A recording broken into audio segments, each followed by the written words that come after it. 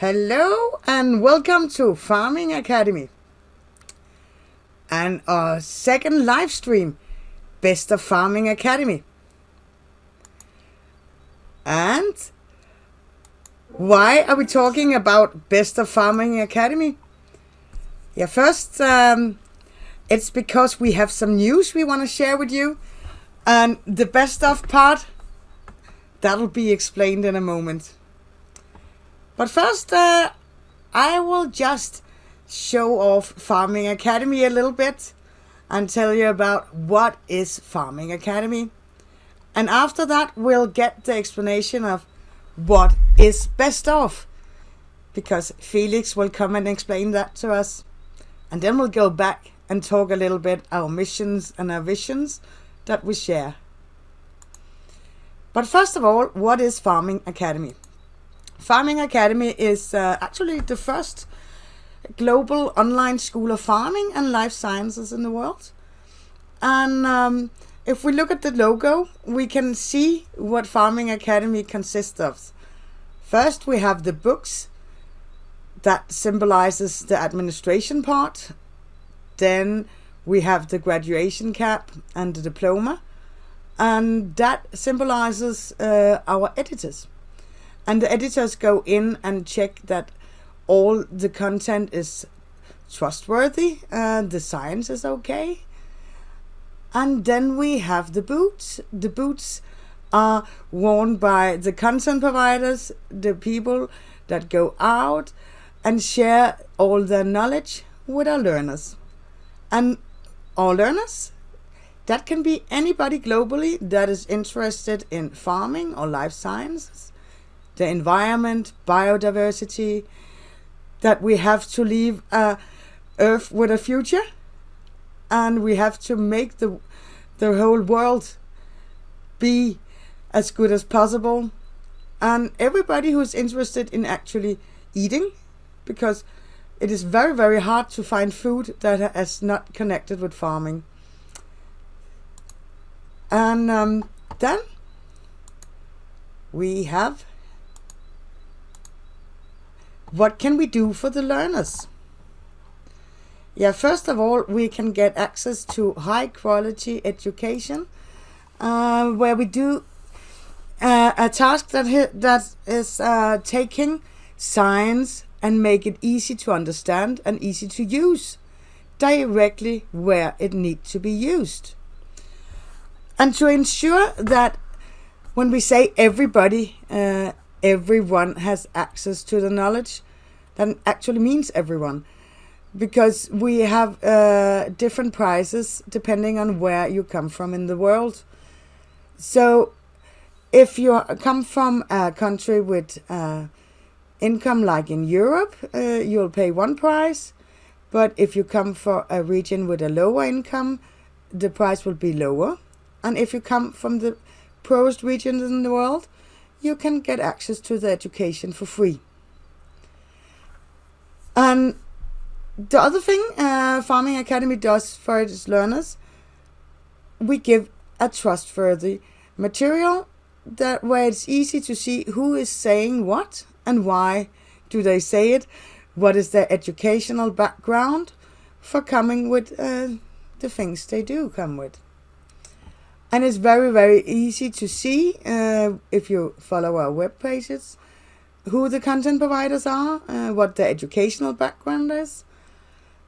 It's easy to find. Then we can actually do exams and we can issue diplomas, but only to the ones who pass the exams, of course. And then we have a basic skills level.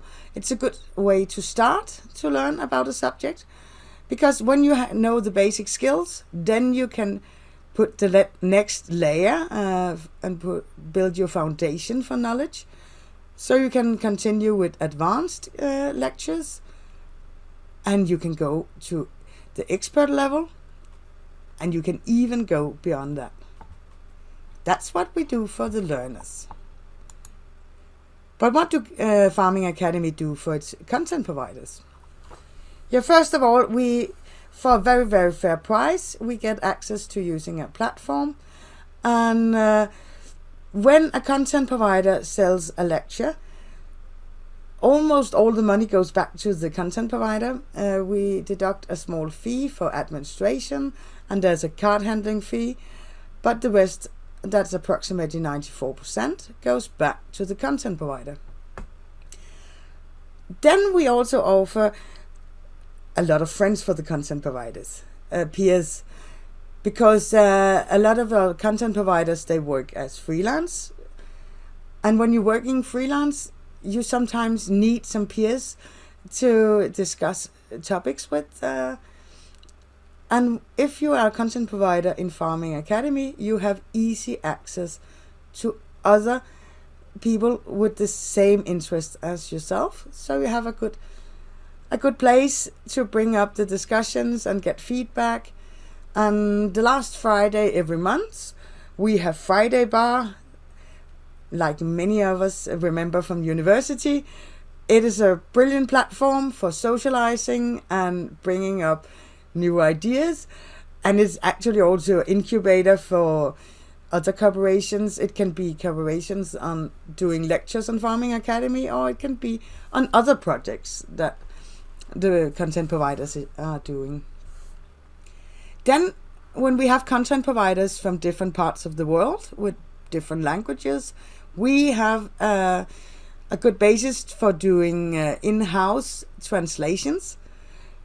So a content provider will give the lecture in English and their own language, and they can help to translate the other content providers' lectures to their own languages. And often it is make the deal that the one who translate get a 50-50 of the income from the translated lectures sold. And it can be a good way for a content provider to get some extra income.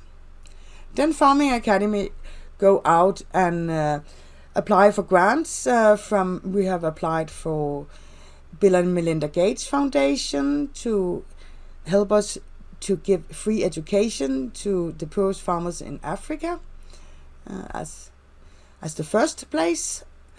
And we are going to apply for the European Union to give a lot of European citizens access to basic skills lectures. So that's another thing that Farming Academy does for its content providers. Then we also have shareholders. first of all, as a shareholder in Farming Academy from next year, and that is 2022, we can give some money back to the people who invested in shares. That is one thing. You can actually get some money back. You can get good return for your investment. But you can also have a very good experience every morning if you look yourself in the mirror. Because if you support Farming Academy by being a shareholder, you can also be aware that you're actually doing something hopefully very good for the world by giving a lot of people access to very, very important knowledge that they can use to better their own lives. And Farming Academy is built in a way that we want the whole world to be represented, because we're global. So we have a limit. There's no shareholder that can be able to own more than 10%. At the moment, the founder owns more than 10%, but that's just in the startup phase. So later, it should be like nobody is allowed to own more than 10%, because everybody should have a voice in Farming Academy. And we hopefully get a group of owners that represent the whole world. So we have all genders, all skin colors, all locations, all religions represented, so everybody can actually be heard. So we don't take and put especially focus on one area, so we will keep a good eye on the whole world and what the whole world needs. So that's what we do for our shareholders. And talking about shareholders, then we can represent one of them. We can present Felix, that is actually coming, and he can explain why this live stream is called Best Of. So maybe we can let Felix get the stage now. Yes, well, best of. I represent the organization which is called in Danish Verdens bedste fødevarer, which translated into English means the world's best food. And what we do at Verdens bedste fødevarer, world's best food, is we try to bring people together to create the world's best food in line of environment and climate and animal welfare and workers' conditions. Those are the key points of our organization. And we try to communicate about the efforts that are being made in Denmark to improve on these points. And also we aim to fund research and development that can add to that development. So in Denmark, there's a reasonably high focus on those points, but we want to up the bets on this one so we can have the people involved in creating the world's best food. And that's where we actually have the same kinds of interests, and it's very, very nice to welcome you in the group of owners, and I think we can do a lot of things together.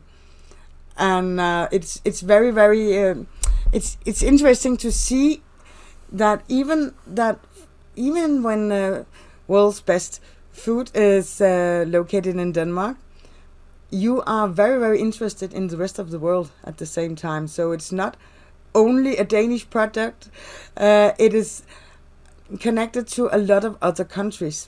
And I know I've just been talking to hopefully a new content provider that can make a lot of interesting lectures that will be very relevant for the members of your World's Best Foods, because he is working on the very big picture in Africa with he's helping ecosystems to get back, and having a good eye on biodiversity, and all the principles here, and especially the basic skills, they are the same no matter where you are in the world. Then you have local differences, but a lot of those things has the same value no matter where you are in the world. If you can see the big connections you have in nature, the way energy is moved around, and it will give a greater understanding on how you can actually help the environment and help the future, and still make farming so you can actually pay your bills, make some money, and have a better life. And it can help a lot of people all around the world. And everybody around the world needs food. That's right, and it sounds very interesting. In Denmark, there's a growing focus on biodiversity, also in the areas connected to farming.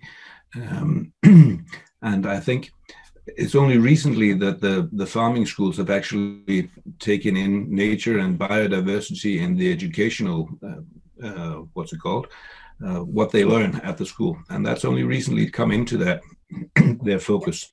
But it's a growing concern in Denmark, and I think it will be in the rest of the world. We see South America taking down the rainforest, adding to lower biodiversity, and we need to do something about that on a global scale. Exactly. We're happy in Denmark because we have what we need to eat every day. Nobody goes hungry to bed. So therefore our objects of concern are focusing more on environment, on climate, on other things than getting what we need to eat. But in other parts of the world, that focus is not there yet because they're not prosperous enough. So getting information out there that you can actually do both, you can make food and you can take care of the environment at the same time, that is instrumental to the world's development, I think.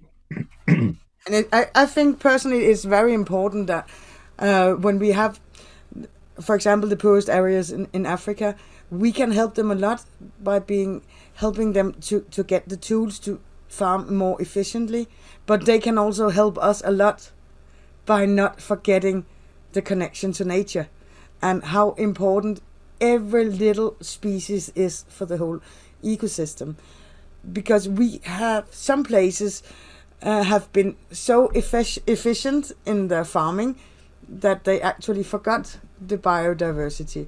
So there is no reason for people who are building up farms to make some mistakes that other countries had made prior. So it's better to skip the mistakes, go directly to the point where everybody is trying to get to, getting an environment with a good future for all of us, and a basis for having enough food for everybody, because nobody should get hungry in the world, and everybody should be able also to produce locally.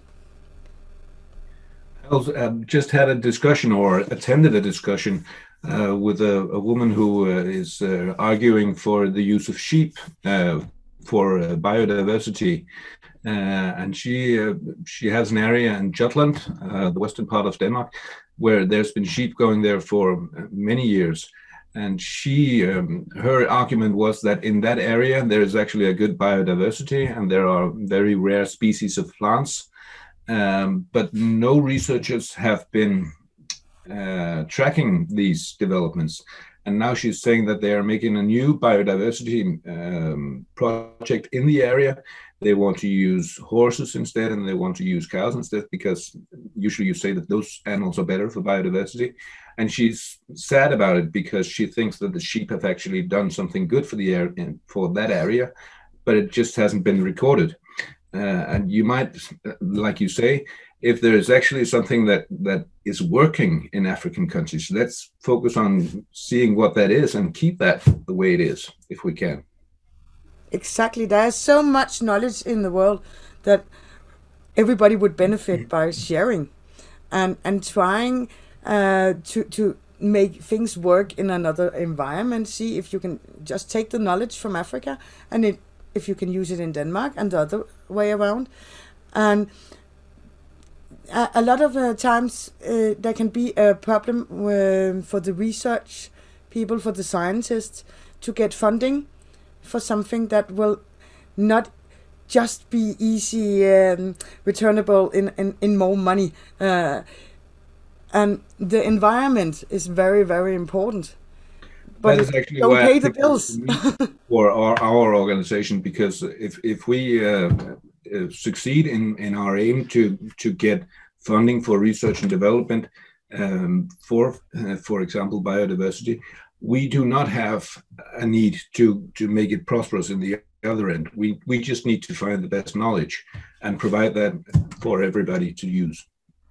And that's so important. It's so important that there are people like you out there that are actually caring, not only for making the money.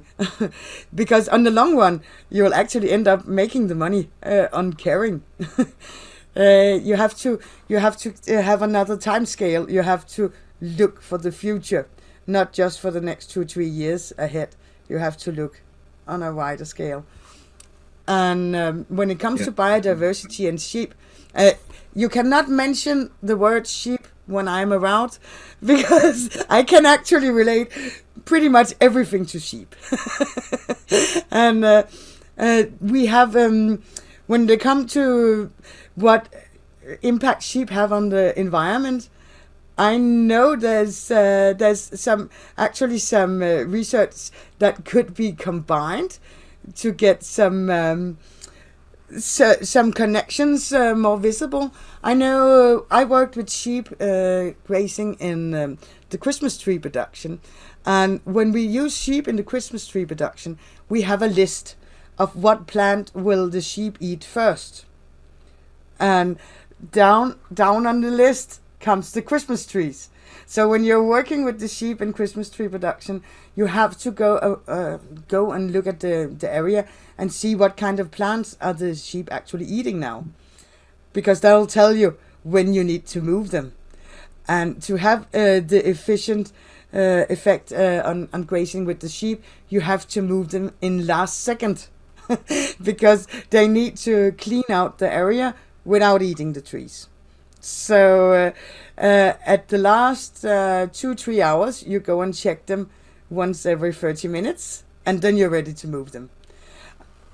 And if you take that knowledge, combining with one of my good friends in Africa, who spent his childhood being a sheep herder in Kenya, he has some knowledge on how the sheep are affecting that area, and he found out if you fence in the areas and keep the sheep out of certain areas, you can give the grasses and the plants time to regrow, and then you get a better curve for when the grass goes up, and it gets better roots, and it means that you can actually keep the water contained in the ground for a longer time. And there's two very different kinds of knowledge on the same topic. Sheep, I told you I can connect everything to the sheep. But if you take those two studies and actually put them together, it can tell you a lot of things about how the sheep are actually having an impact on the environment, on the biodiversity.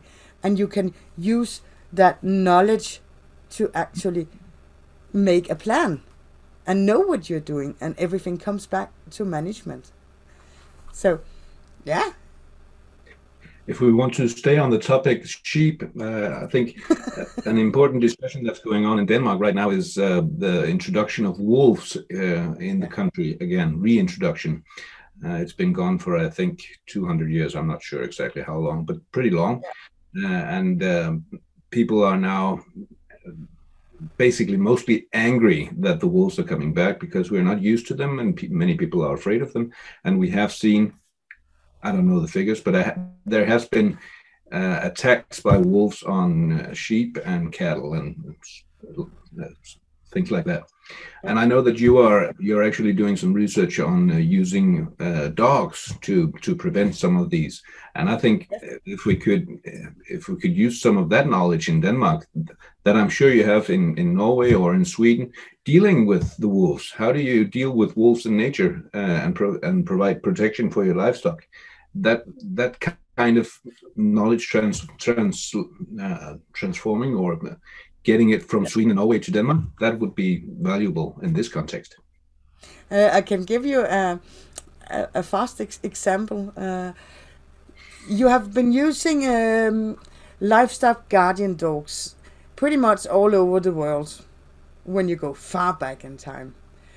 But it's used still in Turkey, on Balkan, and some the mountain areas in Switzerland, in Spain, in Italy, France. But we forgot the tradition in Scandinavia. And the reason why we forgot the tradition is because we actually killed all the wolves and all the big cats, all the big natural predators, even the eagles. And now they are coming back because they are a part of our environment also, even if we cannot remember it, and our grandfather and grandmother cannot remember it. You don't have to go that far back. It is far back looking with human eyes, but a few hundred years is nothing when you look at nature. So those species are coming back, and most countries have signed treaties where they have to protect those because they're actually natural for the environment. And when you take and let, for instance, the wolves come back, of course they will take what is easy to eat, because every predator is actually having a calculation of consumed energy. So you will gain energy in the easiest way by not spending too much energy.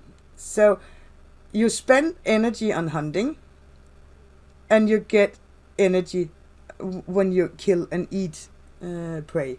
So the easiest prey gives the best result. You spend less and you get most. So if you have in-penned closed areas with lots of lamb, and lambs, they are very tasty. A lot of humans know that also, and they're easy to catch. So of course you'll start preying on them. That's very logical, and it's pretty much made as a buffet, so the wolf can go in and pick. That problem has been solved many years ago, at least 3,000 years ago, by having dogs going with the sheep. And those dogs, first of all, they know when the wolf is coming, and they know when the wolf is hungry, and they know how the wolf pack will act. So they can look at the wolves they see, they can smell it, they can see it, they can hear it. If the wolf are in the intention of hunting and killing, or it's just curious, or there is something with predators. You know it. Everybody who has a cat know that if you take a toy and shake it and move it fast, the cat is motivated to jump and catch it. That is just the predator reacting to the movement. And the same thing goes with a lot of other predators. If something is running, then they want to catch it. So if the lambs start to run, it will actually motivate the wolf to hunt and kill just by the movement. So the behavior of the prey will motivate the predators for actually killing. But predators also look at the behavior of other predators. For instance, if you are working your border collie to move sheep, I've seen that in the north, not in the north, but way up in Norway, out with the coast where there's eagles. When the border collie go down, it has a special way where it goes down and have all focus on the sheep. that's a part of the predator behavior. That motivates the eagles to look at what the border collies are doing, because they recognize the predator behavior. So they will drop from the sky and do a scary attack on the border collie, because they see the predator behavior as some kind of competition. So it motivates the eagle to go in and make it harder for the border collie to work, because it sees predator behavior. And in the same way, when the wolves are around the sheep, then the guarding dogs, also being a predator, know the predator behavior of the wolves. They know by instincts. So they can see if the wolf is actually wanting to attack, and they can see if the wolf is getting motivated by the movement of the lambs. And then they go and say, hey, go and find another place to eat. You're not welcome here. So most of the times, the wolves will just be scared off by the dog. If the dog go in and make an alarm. Usually you have more than one dog working with the sheep.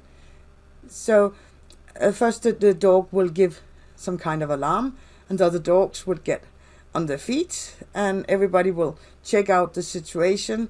The best working dogs, they work in small groups, so you have some of the dogs staying with the most vulnerable sheep, and the other dogs are going out to hunt away the wolf, because it's a good old trick in a wolf group, in a pack, that they send in one wolf to get noticed by the dogs and get the dogs to chase the wolf, and then the rest of the pack go in and kill.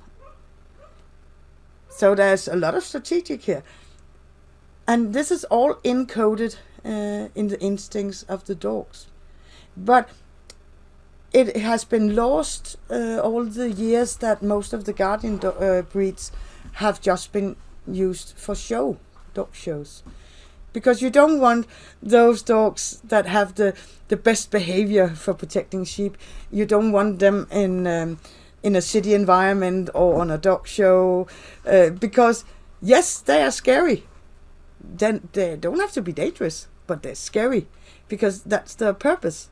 They need to scare away everybody that is thinking, oh, look, that's a good lamb chop there. They have to go in and say, go and find your food somewhere else. You know somebody in, did you say Turkey, or that are actually using this practice, and who could provide a lecture on how to use these dogs in sheep? Yes.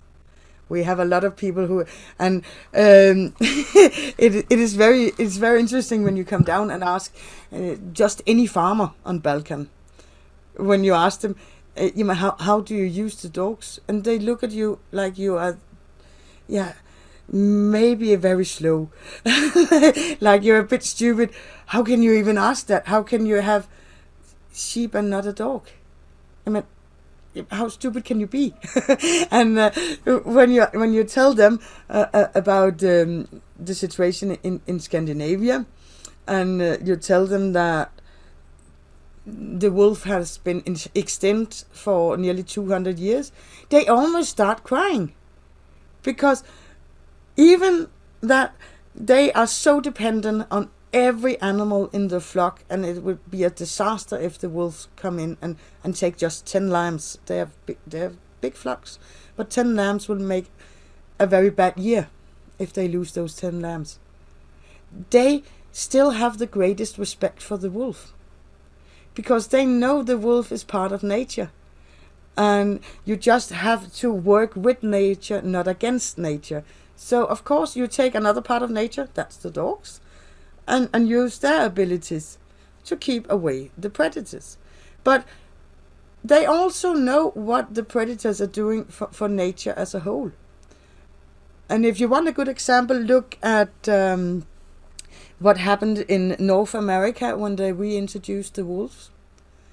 I cannot remember the exact area, and I'm scared to say something very stupid. So I will not put a name on it, but you can find it in some documented research. It made a huge difference, not only on the other mammals. It made a huge difference on the plants. It made a huge difference on how the river runs. It is much bigger than it just seems. Everything in nature is actually there for a reason. What about, because my followers on World's Best Food are mostly farmers, and they're mostly very high intense production farmers. What are your plans for them? I know that you have tutors, lecturers on pig production, but what about dairy milk and chickens and the production lines? What kind of content do you have for them? Talking about biodiversity, sorry. we have a lot of content providers coming in at the moment, and we are gonna cover every topic. But all the great animal productions, of course, sheep is very good, very well represented, and the other ruminants, the cows, they are coming in a month from now, and we also have 2 content providers who are specialized in the cows, and everybody is at the moment working overtime to have the lectures ready for when we launch, when we open the doors wide and open. The 3rd of June this year. So, and I'm sorry for the cat, but we have to do some research on how the pandemic have affected the pets, because my cat has actually developed something with Zoom. It loves zooming. Sorry. But we have also we have very, very, very interesting content providers on the way in, and I'm trying not to announce it too early, but just wait and see. And almost daily there's happening new things, and people that are coming in, they have so huge skills, and they're used to teaching, they're used to sharing their knowledge, so now they're just doing it in a new format, and they work fast, and they're very good. As a preparation for this live show, I just went into the website and noticed that there was content from you about the lambing season. Yes. Which of course is right now, I guess. What about that? Are you thinking in matters of promotion, and also if we could help you? For instance, if you do a small video on the season that is actually lambing season right now, and you can get more info from this platform, yes, and make a wheel on what kind of content that is in season like that. Exactly. And we could start with mentioning I actually have a lecture that's the production year that'll tell you what you have to prepare. Because the big problem in most farming is you have to prepare before you see the results. And you have to start somewhere. So it's hard to prepare for something you have not started yet. But you have to think ahead. And you have to have the big picture. And you have to follow and see what is connected to what. And I've made a package deal with the need to know stuff when you start up with sheep. Absolutely what you need to have. And it's both in Danish or Scandinavian and in English, and hopefully soon in French and Arabic also. That's what we're working on. And of course it could be a good idea to do some little taste, like we did last week when we had Need for Sheep on Farming Academy, where Dr. Carsten and I had a friendly discussion on how many times a day you need to feed the pregnant ewes. And he's absolutely correct that if you can do it as many times a day as possible, it is best on paper. But it can seem a bit different when you're coming with your bucket out to the sheep and they knock you down and you you end up under a lot of hungry sheep. Then you don't feel that motivated as a farmer to do that more than once or twice a day. But it's again you have to prepare. So, and now we can see Sylvia have to leave, and we'll say thank you for being here. And thank you, and thank you very much for a very good presentation this far. And welcome to Farming Academy, everybody. See you. Bye bye, Sylvia. Bye bye.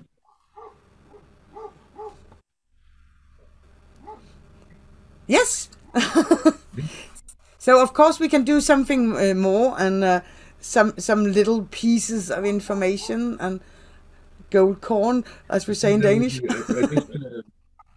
I just came to think about beekeeping, because I have had bees here on my farm for some time, but now I don't anymore. And I have other friends who are, I think bees are in fashion right now. So I have other friends that are taking bee classes to get to know bees. And I think that might also be something. Be or not to be. Yeah. To be or not to be, exactly. Yeah. So but just to say that it's a wide range. You have the professionals and you have the not professionals. And I experienced in Denmark, there's a growing lust for getting to know where your food come from, and also in some degree make it yourself. Usually some people get tired when they need to go up with a weeding iron and do it themselves, but as a dream, it's growing in Denmark. And I think just the basics on how you do that, I think there's a market for that as well. Yeah. And it's also could give very good information, because it's not easy to produce food. You think so when you go down to the supermarket, but if you actually go into, for instance, beekeeping, you realize that it's a science, and you need to know a lot to do it right. Yeah, and there's no matter what you're gonna start, it is a good thing to know what you're doing before you actually do it, because yeah, it can be very costly. That's one thing. But if you're working with animals, it can be a disaster if you don't know what you're doing. And it's also very important if you are a conscious consumer and want to have an influence on how your food is farmed. It is very, very necessary that you actually know the science behind, so you can go in and evaluate between the different methods of producing, so you can support by buying the products that is producing in a way that fits your visions and missions, and then you can let them benefit from you buying the products. If you boycott products, then you also in a way can take away your vote on the system. So that's a whole other line of lectures we're gonna do soon. That is very that's very more focused on the consumer's point of view, and explaining to consumers how to go in and see what does it mean that this is ecologically produced, for instance. What does it mean, and what doesn't it mean? And it can be very hard to know when you stand in the supermarket and you see a logo. You expect it to mean those things, but do it or don't it. Sometimes it do. It depends on what you know and what you expect. But you have to, in a fast way, make a choice in the supermarket and it would be easier to make that choice in the supermarket if you spend a little time at home actually looking into the science behind what is the effect on the environment. There's actually been some research in Denmark saying that I think it's about a third of the Danish consumers that don't care. They, as long as they have something to eat, they're fine. They don't really have any interest in it. And I don't think it's possible to change those that perspective on things. And I don't think we should, because if you don't have interest for food, you can't force it down people's throat. But then you have to have a basic production that is actually in line with something that makes a better world tomorrow than we have today. Yeah, exactly. It needs to be worth it for the producers to do something that adds to that instead of taking something away. And it's my experience that no producer wants to produce in a way that is harmful for the environment. No producer wants to do that. But some producers can be forced to do that to actually keep up the income. So it's one of our visions to help the producers to find a good balance so they can produce in the best possible way, still earning the money they need to earn. And it is also interesting for the consumers to look over the shoulder and see what is the situation of being a producer. Yeah, I think I'm very engaged in the debate in Denmark about our food production, and I see two lines. I see farmers who are stuck in a perception that people actually don't like that they're producing food. So they are adding to that feeling among farmers. They think, oh, it's a pity for us. Everybody thinks we're bad, which is actually not true. I think the largest group of people in Denmark are very happy that we have a food production in Denmark.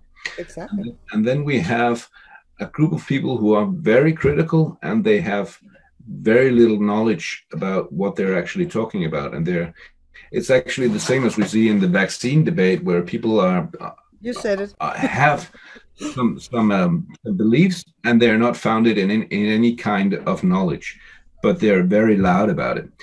And we need to find a way so that the thing that the people that are loud about something that they don't know anything about, that it doesn't take up so much of our time, because it's actually not important what they think. Of course, we need to address it, but they're not the majority of people. So we need to show people that it's not the majority, and people are generally not that stupid, and we need to have a basic knowledge of that people are actually mostly wise. It is not always the ones that are shouting the loudest that are actually most in numbers. You just notice them. And that's also the thing, the more people that get disconnected from nature and farming, then it's harder to feel on your own body what is actually going on there. And it's harder to respect other species for being other species with other needs than human needs. So that's a whole other discussion. And we want to make a place where all that knowledge that you need is easy to access. We cannot shove it down anybody's throat, but we can make it easy to find and easy to understand. And that hopefully will change things. We'll try to help you as good as we can. There's a question I'd like to ask you before we stop. I don't know, are we going until 6 o'clock? But because, like I said, we have many industrial producers, and they have, of course, have employees. If I have in Denmark, if I have a pig production and I have a person from Ukraine in there, what can he use your platform for? First of all, if you employ a worker from Ukraine, you could give him a knowledge package. You could send him a package of lectures that will give him a fast insights to how we produce in Denmark, and how the usual day working in the stables in Denmark will look like, and what the Danish owner will expect him to know. And we know that his levels of skills can be quite high, but it's still a different environment, and maybe differs a little with the laws, and especially the way we are trying to prevent the diseases, with having a very closed system, especially when it comes to the pig production, because we want as clean animals as possible, because a lot of things could be transferred from pigs to humans, and also from humans to pigs. So that's why you need, for the sake of the pigs, you need to go in clean to the stables. That's for the sake of the pigs. And it can be different in other places around the world. So if you're coming to work in Denmark, it would be very good if you had a small package, learning package, that will quickly introduce you to those areas, and it can be translated into that language. So you don't have to watch it in English, because it could maybe be easier to watch it in your own language, depending on how comfortable are you with getting the information in English. So that's one of the things we can do, and we can do those packages for the employers, or for unions, or whoever needs it. Yeah. Could it also be a place for a pig producer to find a network to actually get employees from Ukraine or any other place to get to work at my place? Is that a possibility? Not directly, but absolutely yes, indirectly, because I know we have a content provider that could help with that question in a wicks of a lamb's tail.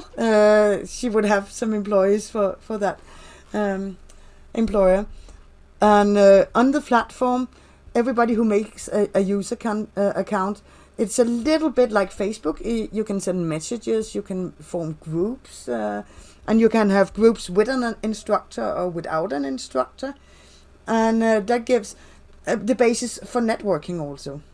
So of course, things like that would easily happen when we get a lot of users, and they can form groups, and it can be connected to groups outside of Farming Academy. It could be a group on LinkedIn, for example, or that's no problem in that. But a lot of things will happen around, because we are just trying to have one place where people can go in, look at the shelves, pick the lectures they want, and maybe get inspired to go into other topics that they didn't know was so interesting, but of course they are. And when you can trust the lectures that are given, because they are checked. It's a little bit different than YouTube. There's a lot of good stuff on YouTube, but there's also a lot of other stuff. Here you can see who is talking about what and why, and what is the education of that person. I understand that it's actually giving ECT points. Is that what it's called? That you can, if you take a lecture, you can get a diploma, and it's like in Denmark it's called an AMO kursus. Yes. And you can get adult education. Yeah. On different levels, or yeah. And we are applying for, we cannot say that yet, but we are applying to be registered as a 100% truly school, so we could give points for the diplomas that could give you a merit for going into next level, for going into the university, for instance, or just to college, or something like that. And that could be a huge difference when we come to parts of the world very far away from Denmark. But just go again to Balkan.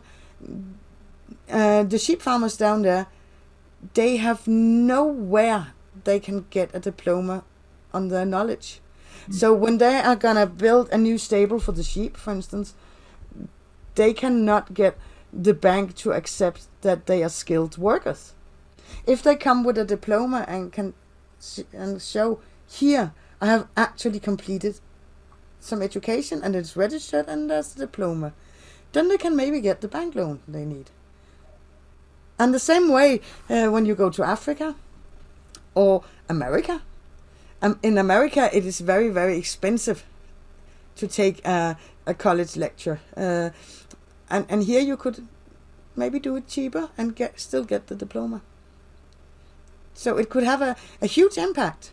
And it's very, very fair, because we don't have any divisions on who you are, where you are, your gender, your religion or anything. Everybody's welcome. That's a good thing. I should say something on behalf of the chairman of my organization. She's called Mette Fransen, and she's very engaged in the fish breeding branch. And she's also saying that they have in that line of business, they have issues with especially developing countries where the knowledge level is so low on how to breed fish, and they are very interested in the platform so that they can get just the basic knowledge about fish breeding into to their future clients, who are hopefully going to be very much more prosperous tomorrow than they are today. Exactly. So it's also them. Exactly, that question is very much on our minds. We are very aware of it. We have a fish feeding expert and we are headhunting for some content providers to meet exactly that need, because fish in Africa is very, very important topic. And we're also talking about how to take it to the next level, not only in producing the fish, but how can you conserve and distribute the fish without them going bad, and how can you use fish as a source of protein for animal production. So we have the whole picture here, and just wait and see. Everything is coming. But it's very, very good that we get those feedbacks, because that's what we need. And Farming Academy is for everybody. So everybody just come in and you can connect directly to the instructors and put in all your good questions when you have a learner's account. And if I didn't mention it, it's free to make the learner's accounts. So everybody can go in and do that. Wonderful. But yes, and so good. It's so nice to see you, Felix. And we'll I think it would be a good time to maybe try to stop us before I start to talk about sheep again, and then we'll be on for many hours more.